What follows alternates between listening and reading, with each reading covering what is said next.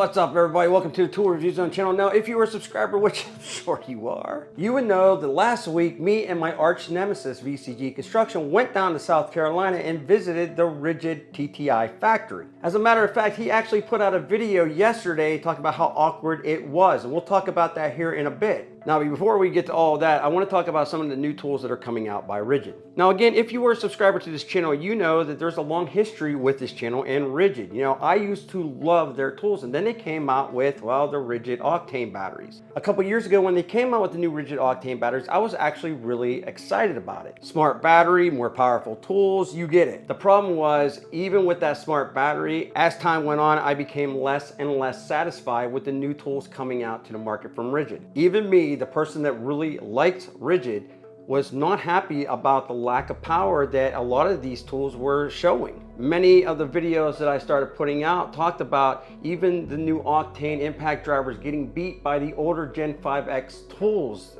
The Gen 5X were just performing better than a lot of the new Octane tools, which didn't make any sense to me. So I had decided not to bring a lot of Ridgid tools to the channel anymore. That said, in today's video, I'm pretty excited because what I've seen personally, and what I'm going to show you, we're going to talk about it, I am excited again about the Ridgid line. So why don't we just go ahead and get into this, and we'll talk about the awkwardness that my arch nemesis VCG talked about in his video.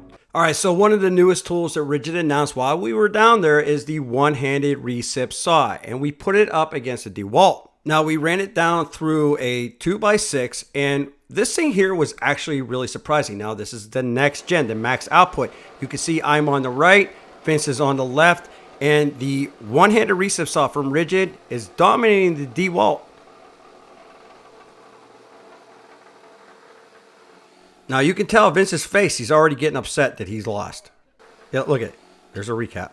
So now, even though he's upset, we decided to swap out the saws, and I was going to use a DeWalt. He was going to use a Ridgid. We have the same amount of weight going down on this, and you can see the Ridgid is dominating the DeWalt. I think we are both really impressed by that, but the next thing up was the new circular saw. Now, this is my favorite tool that I've seen down there just because of the power. Now, you can see I'm cutting it. He went through a couple knots right here. This thing had so much power, it was pretty freaking awesome. The dust extraction also did a great job.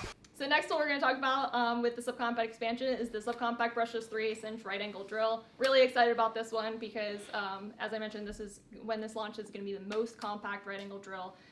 When using right angle drills, tight spaces and small size, that's absolutely critical. I mean, that's one of the biggest feedback that we have from our users.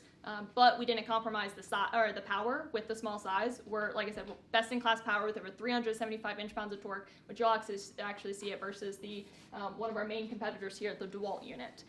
So again, when we're talking about compact size, I mean, night and day. Absolutely, so this is a 1-inch spade bit, which I'll let you guys get, race in a second. So we've actually optimized this chuck to allow the bit to sit in even further than most right angle drills. This allows you to have more control when swapping out your bits, especially in this compact size. I know that's typically pretty critical there. Now, this is where it really starts to get interesting with Vince. You can see a change. Here we go. So he got cocky. He was happy he won with the Ridgid. Then he just grabs it right out of my hand. Look. Give me that. All right, so now he got the DeWalt, and I got the Ridgid. Let's see what happens. Definitely way faster with the Ridgid. It's crazy, right? Definitely faster, definitely more powerful. And yes, it is the newer model. I get it. This is the older gen for the DeWalt, but either or, it is impressive. And it did a great job. The saw was my favorite part of the entire show, the 6.5. Now, I was impressed. I can't talk for Vince, but it seems like he was as well. That said, he did release a video yesterday that I want to talk about a little bit. He did get aggravated down there, and he talked about how awkward it was. However, I did pick up the audio of what was said down there and why he got so aggravated. Check it out right here. You said you was gonna bring the cheesesteaks, cuz. Do you bring any?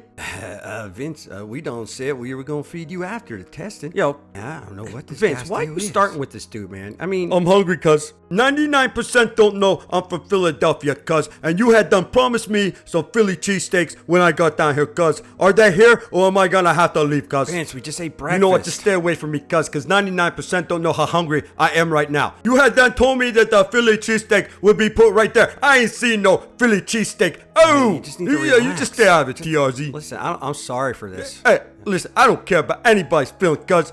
Listen, man, I want to say I'm sorry. And, you know, Vince, we didn't get your Philly cheesesteak here on time. And, you know, if you want to leave, I understand. TRZ, I appreciate you being a good support and all. I mean, you're just a great guy. I mean, this went on for like, I don't know, an hour that he was just treating people like that because he was hungry, you know, or he said hangry. I believe he said hangry.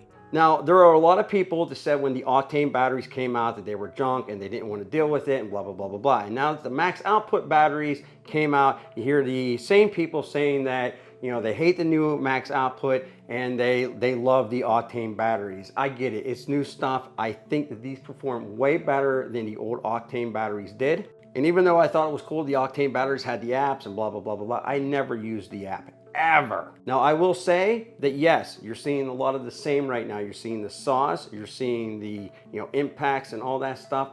What I do want to see is Ridgid get creative. I understand that they're trying to replace the Octane platform and update their tools, and that's good, and they're showing promise. But I want to see design. I want to see things that you never seen from Ridgid before. I mean, their Ryobi line does it. I want to see them think outside the box, and I know they're capable of doing that.